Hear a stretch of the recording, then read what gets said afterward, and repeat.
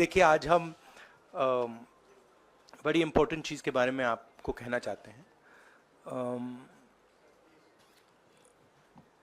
पहली बार हमने नोट किया कि चुनाव के समय प्रधानमंत्री ने, होम मिनिस्टर ने और फाइनेंस मिनिस्टर ने स्टॉक मार्केट पर टिप्पणी दी। प्रधानमंत्री ने 2-3 बार 4 बार देश को कहा कि स्टॉक मार्केट तेजी से आगे बढ़ने जा रही है। होम मिनिस्टर ने सीधा कहा कि 4 जून को स्टॉक मार्केट आसमान में जाएगी, लोगों को खरीदना चाहिए। और यही मैसेज फाइनेंस मिनिस्टर ने दिया। फर्स्ट, ये आज थोड़ा हम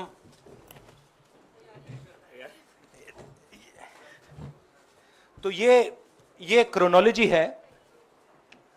अमित शाह कहते हैं बाय शेयर्स बिफोर 4 जून। 19 में नरेंद्र मोदी जी कहते हैं stock market will break records on June 4। फिर 28 मई को रिपीट करते हैं। 1 जून मीडिया झूठे एग्जिट पोल रिलीज करती है। बीजेपी का ऑफिशियल जो इंटरनल सर्वे था वो उनको 220 सीट दे रहा था। तो ये इंफॉर्मेशन बीजेपी के लीडर्स के पास था। इंटेलिजेंस एजेंसीज ने 200 और 220 के बीच में सरकार को बताया था कि उनकी सीट्स आ रही हैं। 3 जून को स्टॉक मार्केट सारे रिकॉर्ड तोड़ देता है और 4 जून को खटाक से स्टॉक मार्केट अंडरग्राउंड चला जाता है। अगला स्लाइड दिखाइए जरा। ये देखिए 31 मई massive stock activity, more than double what was there on 30th, more than double what was there on 29, 28। ये अनोमली देखिए। ये कौन लोग हैं? ये वो लोग हैं जो जानते हैं कि कोई ना कोई घपला हो रहा है। हजारों करोड़ रुपए यहां पे इन्वेस्ट हुए हैं, फॉरेन इन्वेस्टर्स ने इन्वेस्ट किए हैं। और उसके बाद 30 लाख करोड़ रुपए का लॉस होता है। किसका लॉस होता है? रिटेल इन्वेस्टर्स का लॉस होता है। तो ये जो आप देख रहे हैं हिंदुस्तान की स्टॉक मार्केट की हिस्ट्री का सबसे बड़ा स्कैम है। और इसके बारे में हम कुछ सवाल पूछना चाहते हैं। पहला सवाल, why did PM and HM give specific investment advice to the 5 crore families investing in the stock market? Is it their job to give investment advice? Second, why both interviews were given to the same media house owned by the same business group, which is also under SEBI investigation for manipulating stock market? Third, what is the connection between the BJP, the fake exit pollsters, and the dubious foreign investors who invested 1 day before the exit polls were announced and made a huge profit at the cost of 5 crore families? We demand a JPC into this. We are absolutely convinced that this is a scam. Somebody has made thousands of crores of rupees at the cost of Indian retail investors, and the Prime Minister and the Home Minister have given an indication to buy. And this is a criminal act. So we demand today a joint parliamentary committee to investigate this. मैं हिंदी में बोल देता हूं, प्रधानमंत्री ने देश की जनता को इन्वेस्टमेंट एडवाइस क्यों दी और 5 करोड़ परिवारों को जो इन्वेस्ट करते हैं उनको प्रधानमंत्री ने, होम मिनिस्टर ने स्टॉक खरीदने का आदेश क्यों दिया। दूसरा, दोनों इंटरव्यूज जो किए गए थे वो अदानी जी के जो चैनल्स हैं उनको दिए गए थे, उन पर सेबी का इन्वेस्टिगेशन हो रहा है, तो उन चैनल्स का क्या रोल है। और बीजेपी के बीच में जो फेक एग्जिट पोलस्टर्स हैं और ये जो फॉरेन इन्वेस्टर्स हैं, इनके बीच में क्या कोई रिश्ता है, और अगर रिश्ता है तो क्या है। हम जेपीसी चाहते हैं, हम इन्वेस्टिगेशन चाहते हैं और देश इसकी सच्चाई जानना चाहता है। धन्यवाद। शुक्रिया राहुल जी। साथियों, अभी अभी राहुल जी ने आपको स्पष्ट तरीके से क्रोनोलॉजी समझ लिया है। बार बार गृह मंत्री कहते थे अब क्रोनोलॉजी समझिए। आज राहुल जी ने देश को क्रोनोलॉजी समझाया है। इसके ऊपर अगर आपके सवाल हैं तो एक एक करके आप पूछेगा, एक एक करके पूछेगा। I haven't said the chronology in English, so I'll say the chronology in English. 13th May 2024, the Home Minister says, buy shares before 4th of June. This is a clear indication to retail investors and others to buy stock. 19th May, for the first time, and then repeatedly until the 28th May, the Prime Minister says that the stock market is going to break records on 4th June. Finally, on 1st June, completely fictitious exit polls are released. These investors are given a completely wrong impression. And on the 3rd of June, as we all know, the stock market breaks all records and then crashes on the 4th of June. Whoever has made money as the stock market rose and also as the stock market crashed. And we are interested in having a joint parliamentary committee, a JPC, to investigate the role of the Prime Minister, the role of the Home Minister, role of BJP members, and also those people who have done these fake exit polls. And finally, we want to understand who are the people, these foreign investors, who did these trades. So we want an investigation for that. शुक्रिया राहुल जी। हाँ संजय। राहुल जी, इससे पहले भी आपने Adani issue पे JPC पिछली लोकसभा में मांग की थी, तो क्या आप चाहेंगे कि ये इशू और हिंडनबर्ग इशू दोनों कंबाइन हो और दोनों की जांच हो? ये जो इशू है, this is a broader issue than just the Adani issue. It is connected to the Adani issue, but this is a much broader issue. This is directly the Prime Minister of India, Home Minister, who are privy to data on actual election results, who have IB reports, who have their own data, who are advising retail investors to buy stock on the 4th. This has never happened before. And by the way, the Prime Minister has never commented on stock market before this. This is the first time the Prime Minister has commented, very interestingly, and multiple times, one after the other, saying that stock market is going to boom, stock market is going to boom, stock market is going to boom. And at the same time, he has information that the exit polls are wrong. He has information that he knows what is going to happen because he has IB data and he also has his own party data. हाँ जी रवि। राहुल जी, मेरा सवाल यही है कि जी news ने भी ये सारी चीज बताई है जनता को कि कई चैनलों ने मिलकर ये सब चीज किया है, जिस तरह से एग्जिट पोल करके लोगों को गुमराह किया है, जिस तरह से शेयर बाजार में सारा कुछ हुआ है। जी न्यूज़ ने भी इस मामले को उठाया है और बताया है, और आपके कहने का सीधा अर्थ है कि अडानी को इसका फायदा उठाने के लिए किया गया है? नहीं, मेरा कहने का ये अर्थ है कि उसमें अदानी इन्वॉल्व हो सकता है मगर ये अदानी से बहुत बड़ी चीज है।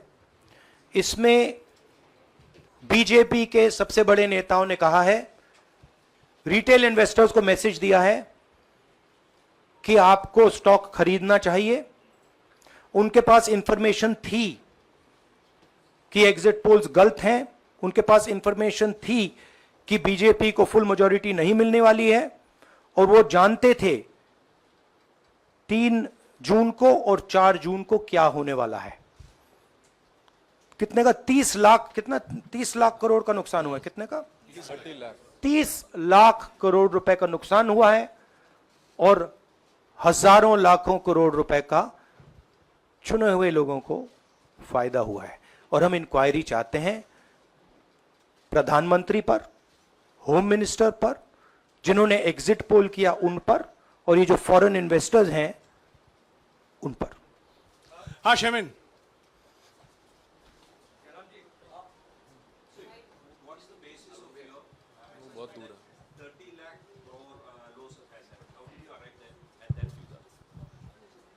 Do you want to explain?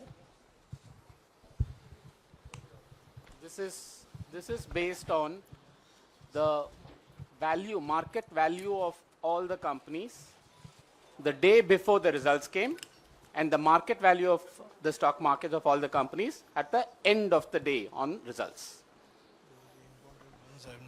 हाँ संजीव, एक minute Sanjeev. Rahul ji, you've talked about, are you alleging the involvement of the Prime Minister and the Home Minister? Yes. And whose money is it? Yes, Are you that, saying that it is what I their am money? saying. I am saying that people very high up in the BJP have carried out this scam. I am saying they had partners who carried out these exit polls. We would like to know if these exit polls were actually carried out, if people were actually sent out, and we'd also like to know the methodology of these polls. We'd like to understand who these investors are. We have some sense of who these investors are. So we are not just speaking out of the air. We are confident that if an investigation is done, interesting things will be revealed. And we think the Prime Minister and Home Minister are directly involved in this. हाँ Siddharth, companies की भी आपको लगता है जांच होनी चाहिए जिनके शेयर बहुत अप गए, जिनके सबसे ज्यादा शेयर खरीदे गए और जिनके शेयर उसके बाद में बीच में बेचे भी गए, तो उन कंपनीज का भी को भी इस दायरे में आना चाहिए, आपको लगता है?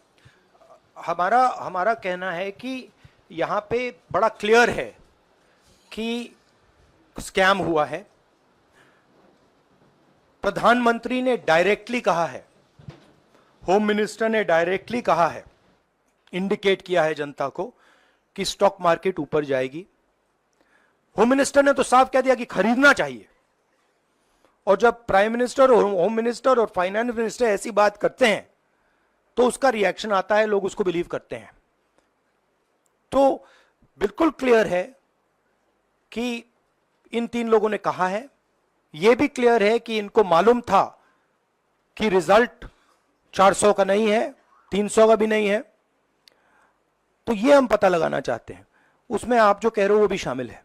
राहुल जी, ब्रह्म प्रकाश दुबे, इंडिया डेली लाइव से। मेरा सवाल यह है कि जो आपने बताया है इतना बड़ा स्कैम है, पहले भी आपने कई मामले उठाए हैं, जेपीसी की मांग पहले नहीं मांगी गई है, तो क्या आपने कहा ये आपराधिक मामला है, क्या कोर्ट में जाएंगे या पुलिस में शिकायत दर्ज करेंगे? क्योंकि आप कह रहे हैं बहुत बड़ा घोटाला है ये। नहीं भैया, मैंने अभी आपको बोला हम जेपीसी डिमांड कर रहे हैं, इन्वेस्टिगेशन डिमांड अगर नहीं मांगते तो पुलिस में, कोर्ट में जाएंगे? जो भी करना है करेंगे, बट हम आपको ये इंफॉर्मेशन दे रहे हैं कि ये जो हुआ है ये नॉर्मल चीज नहीं है। इसमें प्रधानमंत्री ने इंडिकेशन दिया है, होम मिनिस्टर ने इंडिकेशन दिया है, फाइनेंस मिनिस्टर ने इंडिकेशन दिया है, अदानी जी के चैनल्स के थ्रू इंटरव्यूज किए हैं, और फाइनली लोगों ने इन्वेस्ट किया है, लोगों ने फाइनेंशियल एक्शन लिया है, कंपनीज ने शेयर खरीदे हैं। इसी विषय पर, एक मिनट, इसी विषय पर, इस स्टॉक मार्केट घोटाले पर ही हम सवाल ले रहे हैं। मौसमी, इसी विषय पर कीजिएगा बस। एक मिनट, आ रहा हूं यार, एक मिनट। राहुल जी, एक करके आ रहा हूं यार। राहुल जी, हम लोग ने पहले भी देखा है कि आप लोग ने कई बारी जब सेशन होता है तो सत्ता पक्ष और विपक्ष आमने सामने होता है, जेपीसी की मांग होती है और सेशन पे सेशन वॉश आउट हो जाते हैं और जनता का पैसा वेस्ट होता है। तो क्या आपको ये तो लगता है बीजेपी की लाइन है। तो क्या नहीं, मतलब जनता का पैसा के सेशन वाटर आप ऐसी टी शर्ट ले लो ना एक, मुझे मैं आपको टी-शर्ट दे लेने दूंगा, की जरूरत नहीं है। उनका उनका वो सिंबल दे दूंगा आपको, ये राहुल उनकी जी, लाइन है। सवाल आपको पसंद नहीं आए वो अलग बात है, पर आपको किसी नहीं, के सवाल साथ मुझे इस तरह बहुत से पसंद आ रहा है। इस तरह से उंगली उठाने की जरूरत नहीं है। आप चेक बहुत अच्छा लग रहा है, बोलिए। बीजेपी का बैच पहनने की आप जरूरत सवाल नहीं। पूछे ना, सवाल नहीं, आपको भी जयराम साहब ये बोलना नहीं, चाहिए, सवाल गलत पूछे। बात है। सवाल पूछे। मेरा बस ये सवाल था कि जेपीसी की मांग पे कई बारी कामकाज ठप हो जाता है, तो क्या आपको लगता है कोई और भी राह आप लोग सड़क की राह इख्तियार कर सकते हैं, क्योंकि ये आम आदमी का पैसा है। हम जनता को एक रियलिटी बता रहे हैं कि यहाँ पे क्लियरली एक स्कैम हुआ है। यहाँ पे प्राइम मिनिस्टर ने इंडिकेट किया है, यहाँ पे होम मिनिस्टर ने इंडिकेट किया है, यहाँ पे फाइनेंस मिनिस्टर ने इंडिकेट किया है। नॉर्मली बीजेपी की ये पोजीशन होती है कि जब भी हम कोई मुद्दा उठाते हैं तो हम पार्लियामेंट का टाइम वेस्ट कर रहे हैं। वही पोजीशन आपने अपनाई है, इसीलिए मैंने आपसे कहा कि देखिए आप बीजेपी की पोजीशन ले रही हैं। रियलिटी एक सेकंड, रियलिटी ये है कि हम जेपीसी करवाएंगे। अब ऑपोजिशन में बहुत ज्यादा ताकत है, बहुत ज्यादा स्ट्रेंथ है और पूरा जो पार्लियामेंट की सिचुएशन है वो बदल गई है। हाँ जैनेंद्र, राहुल जी, जेपीसी की मांग जो आपने की है वो तो पार्लियामेंट सेशन में होगी, लेकिन ये जो आम निवेशक हैं देश भर के जिनका 30 लाख करोड़ डूबा है, उनमें कर्नाटक के, तेलंगाना के, हिमाचल के भी लोग होंगे। तीनों राज्यों में आपकी सरकार है, क्या राज्य की जो जांच एजेंसी है उसके जरिए आप जो उन राज्यों के निवेशकों का कम से कम पैसा डूबा है, ये जो आप पूरे नेक्सस की बात आप कर रहे हैं, गुमराह करने की बात कर रहे हैं, क्या वहां से कोई इसके बारे में कार्रवाई की हम उम्मीद कर सोचा जा सकता है, सोचा जा सकता है, बट ऐसी चीज के लिए शायद जेपीसी सही औजार होगा। हाँ Ranjita, last question, Ranjita, okay, Mohit is asked, Ranjita. यार आप पूछते रहे। मोहित चलो। आपको ऐसे सर मैं इज अपसेटिंग मी। सर मैं मोहित आपने चमत्कार किया, पूछ लीजिए। सर मैं मोहित हूँ न्यूज नेशन से। नहीं जानता हूँ। सर लगातार पिछले घोटालों में भी आपने जेपीसी की बात की थी, आपने हर जांच की बात की और ये एक बड़ा घोटाला सामने आया, इसमें भी आप जेपीसी की मांग कर रहे हैं। कितनी उम्मीद है कि लोग जेपीसी की ये लागू करेंगे? आपको क्या लगता है कि ये जेपीसी लागू करने वाले, अगर नहीं करेंगे फिर क्या करेंगे आप लोग? नहीं, हम प्रेशर लगाएंगे, डालेंगे, बट मुझे लगता है कि जो पहले राजनीतिक सिचुएशन थी, जिस इंप्यूनिटी के साथ प्रधानमंत्री पहले काम करते थे, मुझे लगता है वो अब खत्म हो गया है, तो दूसरा नतीजा आएगा। राहुल जी, ये आखिरी है क्या और दो लेंगे? ये आखिरी है, आखिरी नहीं, आखिरी हो गया, इन्होंने कह दिया आखिरी। ओके रंजीता।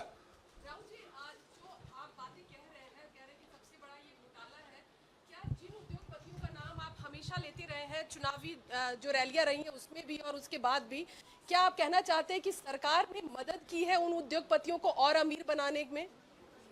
नहीं, मैं कह रहा हूं, मैं सिर्फ सरकार की बात नहीं कर रहा हूं, मैं दो इंडिविजुअल्स की बात कर रहा हूं। प्रधानमंत्री ने और हिंदुस्तान के सब रिटेल इन्वेस्टर्स जिनको नुकसान हुआ है, मैं आपसे बोल रहा हूं, आपको यह बात समझ आ जाएगी। आपका पैसा गया है, आपकी कमाई गई है, आपको नुकसान हुआ है, और इसमें करोड़ों युवा हैं जो ईमानदार हैं। तो नरेंद्र मोदी जी ने, अमित शाह जी ने आपको मैसेज दिया कि 4 तारीख को स्टॉक मार्केट आसमान छुएगी, और आपने उन पर भरोसा किया। मगर सच्चाई यह थी कि नरेंद्र मोदी को मालूम था कि 4 जून को स्टॉक मार्केट आसमान नहीं छुएगी। 4 जून को स्टॉक मार्केट का जबरदस्त नुकसान होने जा रहा है, क्योंकि उनके पास इंटेलिजेंस की रिपोर्ट थी और बीजेपी का जो इंटरनल असेसमेंट था 220 सीट का, वो उनके हाथ में था। तो मेरा यह सवाल है, और मैं आपसे इन्वेस्टर से कहना चाहता हूं कि आपको जो चोट पहुंची है, जो आपको दर्द हुआ है, वो चोट नरेंद्र मोदी जी और अमित शाह के बयान ने आपको पहुंचाई है। और हजारों करोड़ रुपए किसी ना किसी ने चोरी की है। वो आपके जेब से गए हैं, रिटेल इन्वेस्टर्स के जेब से गए हैं। तो मैं चाहता हूं, आपके लिए बोल रहा हूं, मैं आपके लिए बोल रहा हूं कि इन्वेस्टिगेशन होना चाहिए, पता लगाना चाहिए कि प्रधानमंत्री जी ने, होम मिनिस्टर ने आपको यह गलत इंफॉर्मेशन क्यों दी, और ये कौन लोग हैं, इन्वेस्टर्स जो हैं, फॉरेन इन्वेस्टर्स हैं, जिन्होंने इस दिन फायदा उठाया। ये देखिए ग्राफ है, ये रेड चार्ट जो है, इसको देख लीजिए। ये नॉर्मल ट्रेडिंग है, ये नॉर्मल ट्रेडिंग है, ये ग्रे वाली नॉर्मल ट्रेडिंग है, और ये जो ट्रेडिंग है ये अबनॉर्मल ट्रेडिंग है, ये 2-3 गुना है, और फिर ये हुआ है नुकसान। तो ये नरेंद्र मोदी जी और अमित शाह से मैं पूछ रहा हूं कि आप में इसमें आपका क्या रोल था, और रिटेल इन्वेस्टर्स के लिए पूछ रहा हूं, आपकी मदद के लिए, आपकी मदद करने के लिए पूछ रहा हूं, और इन्वेस्टिगेशन होगा तो आपके लिए होगा। धन्यवाद, शुक्रिया। Thank you.